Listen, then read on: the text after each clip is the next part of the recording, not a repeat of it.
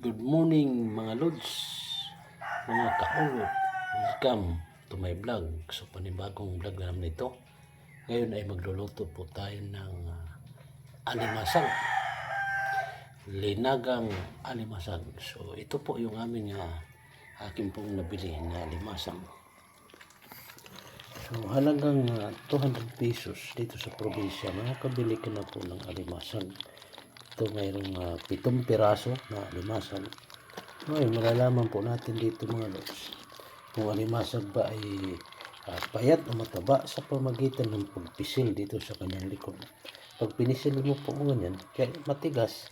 Basta na matigas po yung nabili mong alimasag, ibig sabihin ito po ay mataba. Ito matigas po yung kanyang bandang tiyan ng alimasag. Kaya nakasiguro ka na mataba. So ngayon, lulutuin po natin itong laga.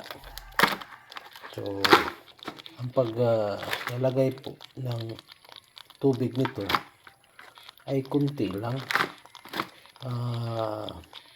Yung mismo lang tubig na makukuha dun sa pinaghugasan mo. So, ganito. So, hugasan tayo. So, ganyan. Mga lods, basta natin yan. Kailangan yung tali, hindi mo tatanggalin yung tali kasi mahangagat ito pag tinanggal mo. Ngayon lang isasama natin yung tali.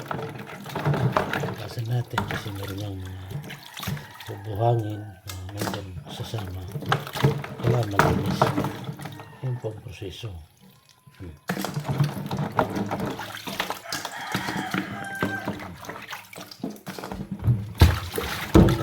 Bas.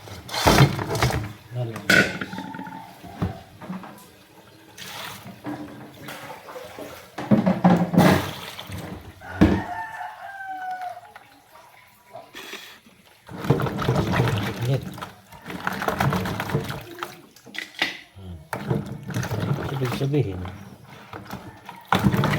tapos mo ng hugasan ito na dito. Yun na. Salang mo na yan. Hindi mo na lalagyan ng ano yan. Hindi mo na lalagyan ng sabaw yan. Yan na yun. Takpan mo kasi pag di mo tinakpan lalabas yan din sa pinaglalagyan mo. Siyempre lalagyan po natin ng asin para mayroong lasa.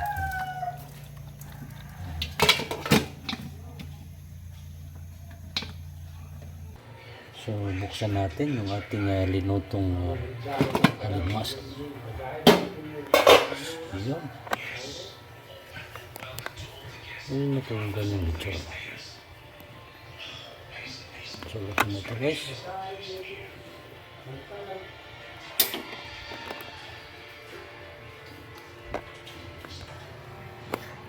Ito na po yung ating linagang alimasag.